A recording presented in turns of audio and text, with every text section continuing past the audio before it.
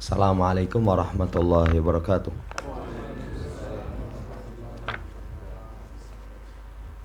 Innal hamdalillah nahmaduhu wa nasta'inuhu wa nastaghfiruh wa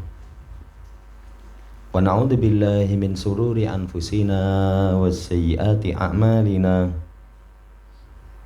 May yahdihillahu fala mudilla lahu wa may yudlilhu fala hadiya lahu. Wa asyhadu an la ilaha illallah wahdahu la syarika lah. Wa asyhadu anna Muhammadan abduhu wa rasuluh. Allahumma salli ala Muhammad wa ala ali Muhammad. Allahumma anfa'na bima 'allamtana wa 'allimna ma yanfa'una wa zidna ilma. Ma'asyiral muslimin rahimani wa rahimakumullah. Melanjutkan pembacaan syarah Masail Jahiliyah, perilaku orang-orang jahiliyah yang diselisihi oleh Nabi kita Muhammad sallallahu alaihi wasallam. Masuk pada al-mas'alatu tsaniyatu wa thalathun. Permasalahan yang ke-32. Sikap perangai orang jahiliyah itu kufruhum bil haqqi idza kana ma'amman la yahwunahu. Pengkufuran mereka terhadap kebenaran. Jadi kebenaran itu mereka kufuri, mereka tolak ketika kebenaran itu bersama dengan orang yang la yahwunahu, yang mereka tidak sukai, mereka tidak inginkan. Jadi kalau kebenaran ada pada orang yang dia tidak suka, dia tidak ingin, maka kebenaran itu mereka ingkari. Lihat penjelasan dari Syekh Abdul Razak bin Abdul Muhsin Al-Abbad hafidhahumallah ta'ala. Wa hadha min jahiliyatihim. Ini termasuk kebodohan mereka. Li'annal haqqa ahaqqu an yutaba'a aina makana. Karena kebenaran itu lebih berhak untuk diikuti dimanapun kebenaran itu berada. Jadi kalau kebenaran itu bersama dengan orang yang kita cocok, kita harus ikut. Kebenaran itu bersama dengan orang yang kita tidak cocok, harus ikut. Kebenaran itu bersama dengan golongan kita, orang yang beriman, harus ikut. Kebenaran itu bersama dengan musuh-musuh, misalkan, tetap harus diikuti. Sampai nanti para ulama katakan al-haq itu barang hilang orang yang beriman. Aina wajadahu akhadahu, di mana dia menemukan, dia akan ambil. Jamaah yang saya hormati, kebenaran lebih layak untuk diikuti dimanapun berada. Yajibu alal insani an yardaha lil haqqi wa an yanqada lil haqqi wa an yakuna sahibu haqqin muttabi'in lil haqqi. Kata Syekh, wajib bagi manusia untuk tunduk kepada kebenaran. Tunduk kepada kebenaran. Wa ayan qada memiliki makna yang sama, untuk taat, tunduk, mengikuti kebenaran. Yang kedua, sahibu haqqin muttabi'in lil haqq. Pengikut kebenaran itu tentu akan mengikuti yang benar. Pengikut kebenaran itu tentu akan mengikuti yang benar. Kalau salah bersama dengan dirinya, dia akan tolak. Kalau benar bersama dengan di luar dari dirinya, dia akan muttabi' lil haq. Contohnya sangat banyak. Contohnya sangat banyak. Nabi kita Muhammad SAW, ada seorang Yahudi mendatangi beliau, bumi yang 7, langit yang 7 dalam jari jemari Allah Subhanahu wa ta'ala. Kemudian di hari kiamat digenggam. Ini yang ngomong orang Yahudi. Tapi apa yang disampaikan Yahudi ini benar, maka Rasul tersenyum, mengiyakan. Itu namanya sahibu hak. Itu namanya orang yang mengikuti kebenaran. Contoh yang lain, ini juga pernah disampaikan ketika Yahudi mengkritik kaum muslimin dengan mengatakan, hei kalian muslim, musyrik. Ketika kalian berucap Masya Allah wa sya'a Muhammad, atas kehendak Allah dan kehendak Muhammad, kan menyamakan Allah dengan kehendaknya dengan makhluk. Kehendak makhluk disetarakan dengan kehendak Allah, syirik. Rasul ketika mendengar kritikan Yahudi seperti itu kepada kaum muslimin, beliau terima itu dengan mengatakan, jangan berucap Masya Allah wa sya'a Muhammad, ucapkan Masya Allah saja. Atau ucapkan Masya Allah thumma sya'a Muhammad, thumma, datang setelahnya. Kebenaran walaupun datang dari selainnya, Rasul tuntunkan diterima. Kebenaran walaupun datang dari orang yang merupakan sahibu batil. Siapa sahibu batil? Syaitan.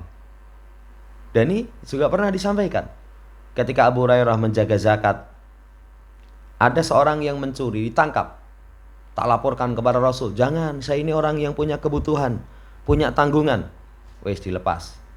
Lapor kepada Nabi. Nabi katakan, kau bengilak nyolong neh. Betul, sampai 3 malam berturut-turut. Di malam yang ketiga, saya nggak akan lepaskan. Ya, saya akan bawa engkau kepada Rasulullah Shallallahu Alaihi Wasallam. Kata syaitan, jangan. Aku akan ajarkan kepadamu. Kalau kamu sebelum tidur membaca ayat kursi, nanti akan terhindar dari godaan syaitan. Disampaikan kepada Nabi SAW. Apa kata Rasul? Sodakoka wa huwa kadub. Dia benar walaupun asalnya pendusta. Coba dua ini betul-betul diterapkan. Wajib bagi manusia tunduk kepada kebenaran. Wajib sahibu haqqin muttabi'in lil haq. Pemilik kebenaran, pengikut kebenaran itu mengikuti yang benar. La yakunu sahiba batilin. Tidak menjadi pengikut kebatilan. Tidak menjadi pengikut kebatilan. Lakin haula'i min jahiliyatihim anal haqqa idza kana ma'aman yu'adunahu aw man la yahwaunahu la yakbalu nabihi. Tapi mereka ini karena kebodohan mereka, kebenaran ketika bersama dengan orang yang musuhi, kebenaran ketika bersama dengan orang yang mereka tidak inginkan, mereka nggak mau terima. Mau saya nggak terima saya. Itu perangnya orang jahiliyah. Fa idza kana bainahum wa baina syahsin aw fi'atin adawatun wa kana al-haqqu ma'ahum la yaqbalunahu. Beliau masih mendetailkan lagi. Kalau misal antara mereka dan antara seseorang atau dengan kelompok ada permusuhan. Wis, aku ora seneng karo kae nganyel ke wonge. Dengan kelompok itu musuh saya. Ya. Tapi saudaraku yang saya hormati, kebenaran bersama mereka nggak mau terima. Layar dauna bihi, mereka tidak ridho. Wastantakifah watastantakifu nufusahum an qabulihi watastakbir. Jadi mereka sombong, jiwa-jiwa mereka memandang rendah untuk menerima. Jatuh no kewibawaan saya. Mosok musuh kok kebenaran diakui. Gak mau mengakui. Mereka sombong dan mereka mengatakan kaifa na'khudhu bihadal haqqi wa huwa inda fulan minan nas wa indal fi'ati fulaniyah minan nas mimman la yahwaunahum fala yakbaluna bil haqqi.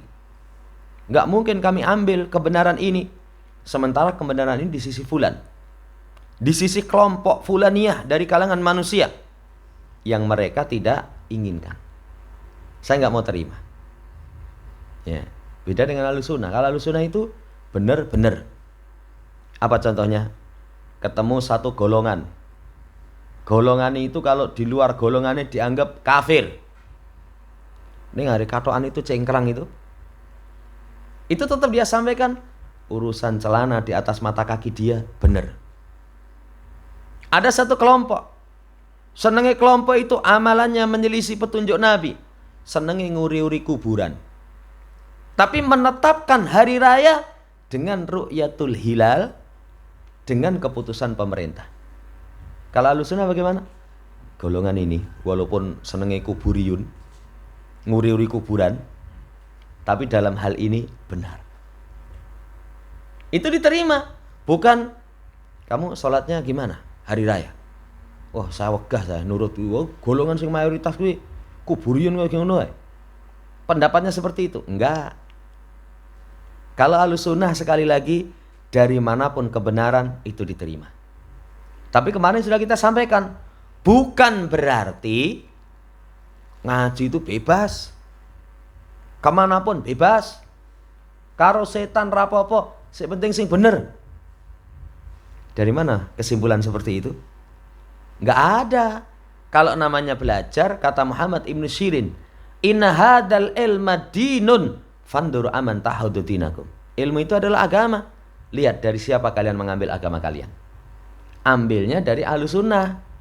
Tapi kalau misalkan selain Ahlussunnah menyampaikan sesuatu yang benar, terima. Itu diterima. Karena kewajiban kita mengikuti kebenaran. Ini penjelasan beliau, gamblang sekali. Kemudian masalah syaihu rahimallahu ta'ala ilal adawati allati bainal yahudi wan nasara wa kaunu kullin minhum la yahwa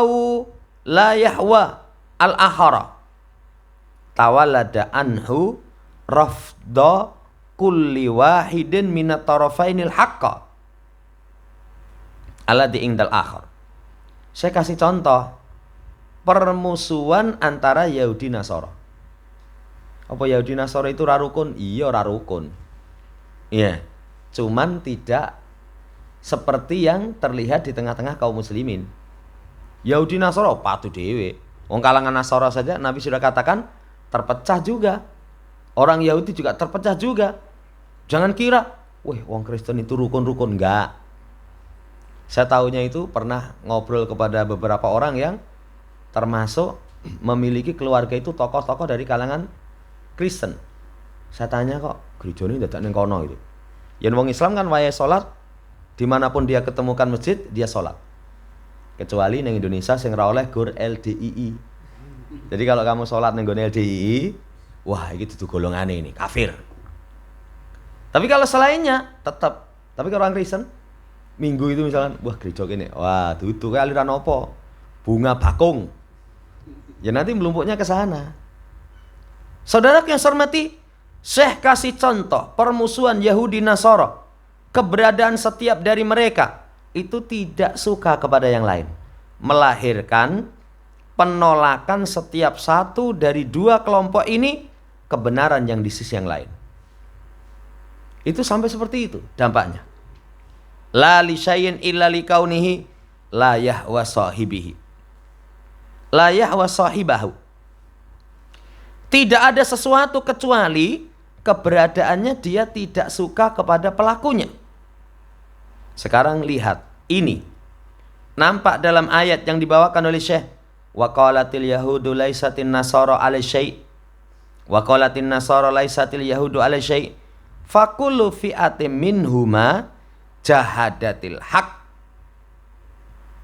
Yahudi itu mengatakan Nasara itu ya laisat ala syai'.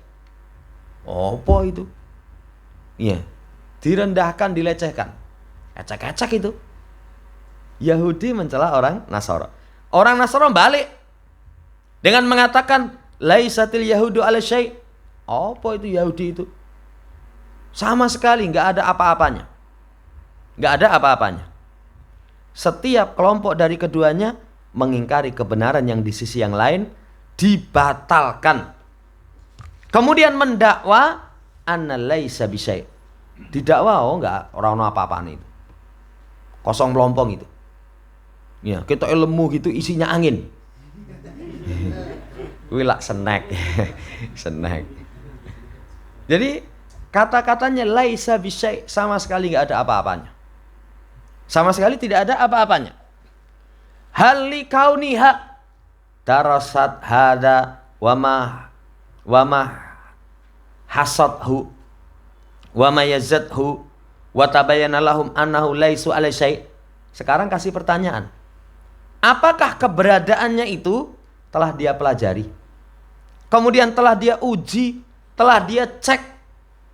Betul-betul nggak ada sesuatu apapun? Kan kalau seseorang mengatakan itu orang apa-apa nih itu. Kok kamu tahu? Iya. Loh saya sudah uji kok. Wis tak coba itu. Saya sudah datang, sudah meneliti.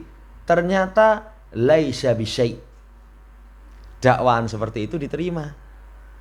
Dakwaan seperti itu diterima. Karena ada orang itu dari luar. Dulu saya pernah ketemu ada orang itu cerita tentang seseorang yang katanya itu pondoknya gede.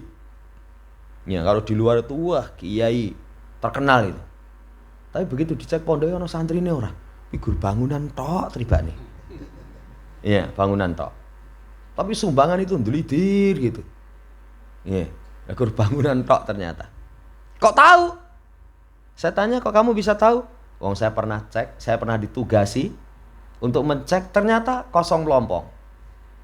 Kalau seseorang mengatakan laisa bisyai', setelah ada penelitian, setelah ada cek, setelah ada pengujian, maka diterima. Tapi Yahudi dan Nasara itu mengatakan Yahudi nggak ada apa-apanya, Nasara nggak ada apa-apanya. Ya, inna malikaunihim la yahwaunahum, karena sebab mereka tidak suka. Mereka tidak menginginkan, itu saja dasarnya. Karena sebab mereka benci, mereka memusuhi. Maka fabanau ala dalikal hukmi ala kullin ma indahum biddolal wal batil. Akhirnya mereka bangun atas itu. Ora seneng, geting.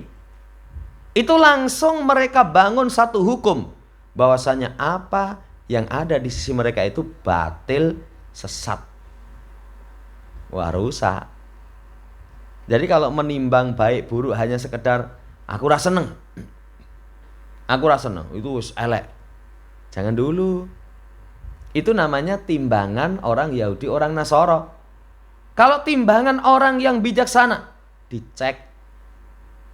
Dicek kan sekarang modelnya begitu. Hanya karena nggak seneng, wis. Macam-macam itu, nggak seneng sama masjid, nggak seneng sama kelompok pengajian, nggak seneng sama sekolahan. Masjidnya ramu tuh blas itu. Lah kok ramu tuh blas piye to, Mas? Aku ora seneng karo wong-wong itu, anyel saya. Itu Yahudi Nasara. Tapi kalau dikatakan masjidnya ramu tuh blas, dari mana kamu tahu? Lah saya tahu, saya sudah tahun-tahunan di situ kok. Sekolahannya tidak berkualitas, dari mana kamu tahu? Wah itu sing di sekolahan itu musuhku kok itu. Itu namanya gak jelas. Perangnya orang Yahudi, orang Nasara. Dari mana kamu tahu? Lah saya itu di sekolahan itu bertahun-tahun, saya tahu dalamnya. Itu baru benar. Hati-hati ini. Sikap orang Yahudi, orang Nasara menyebutkan atau langsung menganggap satu itu satu sesat yang batil karena sebab nggak suka saja. Sebab nggak suka saja. Padahal orang yang nggak senang itu wis ainur ridho an kulli aibin kalilah kama ana aina sukhti tubdil masawiyah. Orang itu kalau senang, pandangan mata orang yang ridho itu ainur ridho an kulli aibin kalilah. Semua aibnya tertutupi. Orang itu kalau senang, itu nggak ada aib dalam orang yang dia senangi. Suami cinta sama istrinya. Istrinya misalnya kuru itu. Yeah. Dia katakan, bojomu itu kuru men. Wah, kuru piye? Justru seperti itu. Bodinya langsing. Mergo seneng. Tapi kalau orang seneng, istrinya misalkan berat badannya lebih. Bojomu itu wis gonceng ke prarekoso katanya. Apa jawaban dia? Kaya ngono itu mantep lek katanya. Lah orang seneng kok. Orang seneng itu semuanya kelihatan baik. Tapi pandangan benci itu menampakkan aib.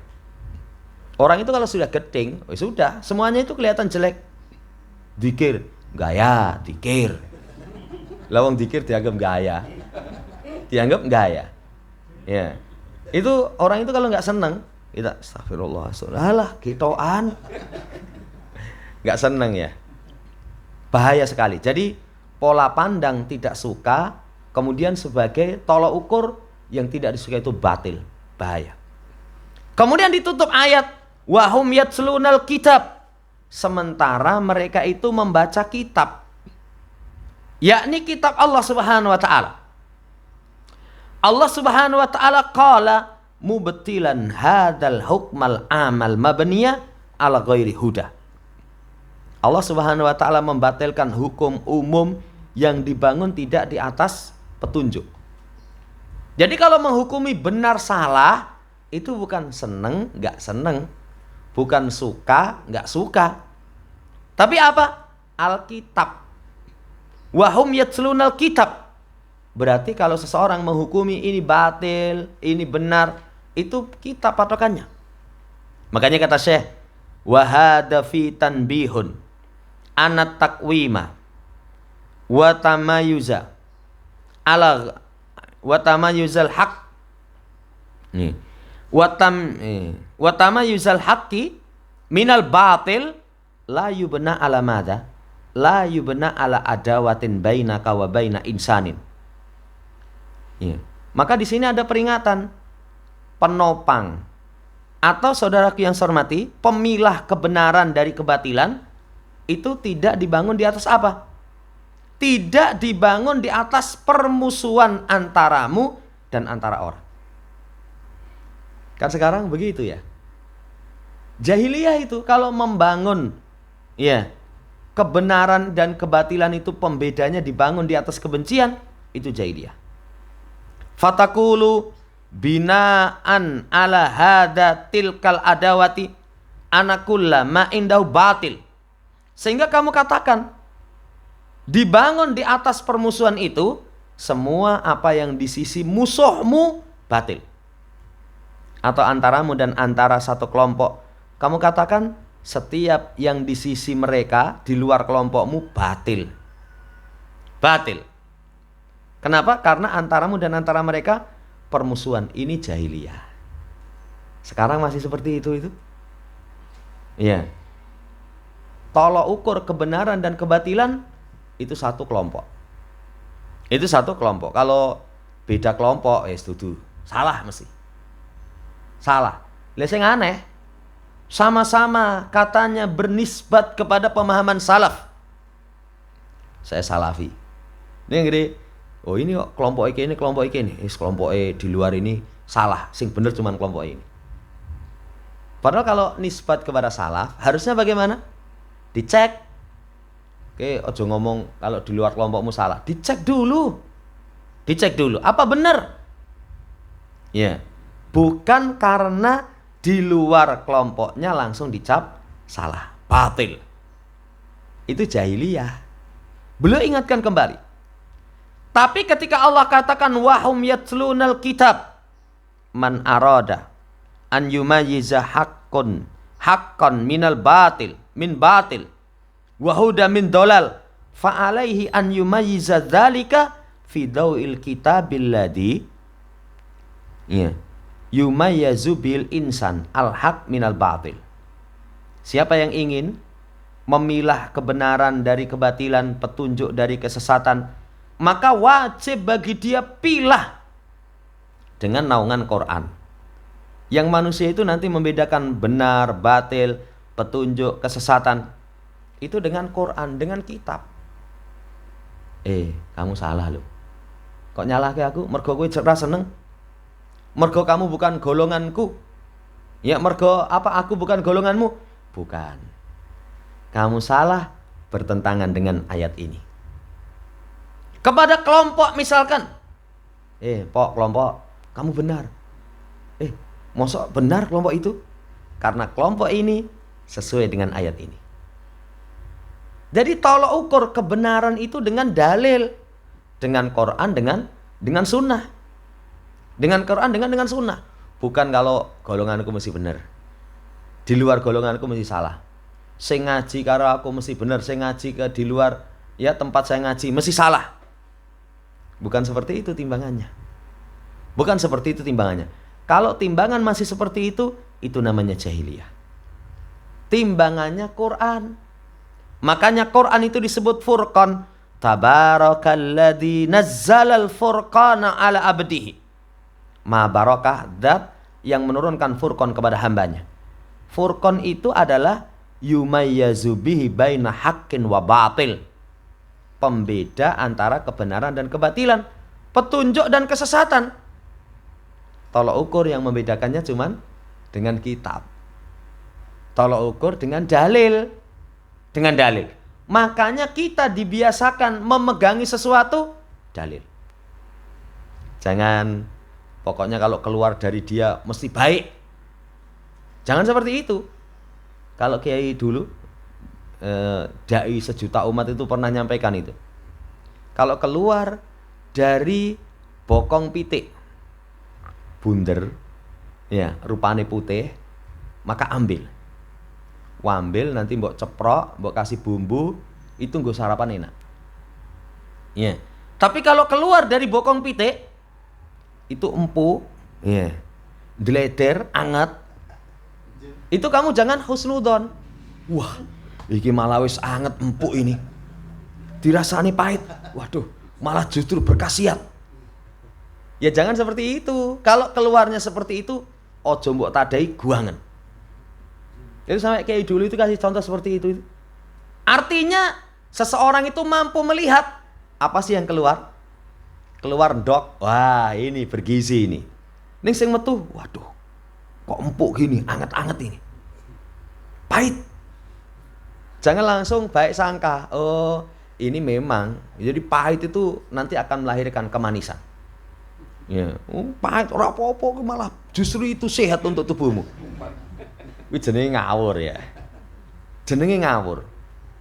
Ya, jadi saudara yang saya hormati, nggak boleh seperti itu. Tetap tolak ukurnya kebenaran. Kalau sesuatu yang bermanfaat, walaupun yang ngomong sekali lagi musuh, bukan kelompok, bukan orang yang kita cintai, tapi kalau itu kebenaran, terima. Ya. Dari mana kita tahu itu kebenaran? Kalau sesuai dengan Al-Quran. Karena Alkitab, Al-Quran itu sebagai furqan. Dalam ayat yang lain, afamay yamshi mukibban ala wajhi ahda amma yamshi sawiyan ala sirati mustaqim. Kata Allah, apakah seseorang yang berjalan dengan wajah tertelungkup itu lebih mendapatkan hidayah ataukah orang yang berjalan lurus di atas jalan yang lurus? Orang jalan kejongor-jongor, raine itu keseret-seret. Mana mungkin lebih baik, lebih mendapatkan hidayah dengan orang yang jalan lurus di atas jalan yang lurus. Ini pertanyaan gak usah dijawab. Kalau orang yang berakal, pasti orang yang berjalan sawiya ala sirati mustaqim itu ada. Orang yang berjalan di atas jalan yang lurus itu lebih mendapatkan hidayah. Awang jalannya kayak gitu jalannya nggak jelas. Saudara yang saya hormati, sekali lagi, la yumkinu ayakunal insanu bihadi sifah. Seseorang nggak mungkin memiliki sifat ini kecuali idza kana ma'ahu kitabun wahyun minallahi azza wa jalla. Kecuali dia memiliki bersamanya itu kitab wahyu dari Allah Subhanahu wa taala. Jadi kalau dia punya kitab, itu yang jadi tolok ukur, barometer, ini benar, ini salah. Gitu Mas patokannya. Tapi kalau nggak punya kitab, bagaimana seseorang mengukur benar dan salah? Bingung. Bingung. Kalau seseorang punya ukuran, kurang dawa, ini loh ukurannya. Ya, ini kedawan, ketok ini Mas, kedawan, ini ukurannya. Itu memiliki tolok ukur. Kalau seorang memiliki tolok ukur jelas, wih warnanya abang nih Mas. Dari mana kamu tahu? Lah ini putih ini abang. Kan tahu patokannya. Ya, walaupun orang ngeyel, enggak ini rupanya memang merah tapi sebenarnya putih. Lah wong abang kok putih? Ya, kalau seseorang memiliki patokan yang jelas, nanti dia akan bisa menghukumi benar dan salah. Dan itu saudaraku yang saya hormati, sahibu hak, pengikut kebenaran. Ya. Jadi sifat yang seperti itu memiliki kemampuan mengukur kebenaran kalau bersamanya kitab wahyu dari si Allah. Kemudian kitab atau wahyu itu fayu'minu bihi kalam Allah wa yumdi sa'iran alaihi wa yumayyizu bihi baina haqqin wa batilin wa huda wa dolal. Dia imani dengannya, kalamullah, kemudian dia tetapi seluruhnya di atasnya. Kemudian dia bedakan, dia pilah dan pilih kebenaran, kebatilan, petunjuk, kesesatan. Itu dengan kitab Allah Subhanahu wa ta'ala, bukan dengan yang lain. Selesai di poin yang ke-32. Panjang lebar penjelasan daripada Syekh. Kesimpulannya, kalau seseorang menghukumi sesuatu itu batil, menolak sesuatu karena sesuatu itu dari orang yang dia tidak suka, dari kalangan musuh, maka itu sifat jahiliyah. Kalau orang yang beriman, kebenaran dari siapapun, dari manapun dia terima.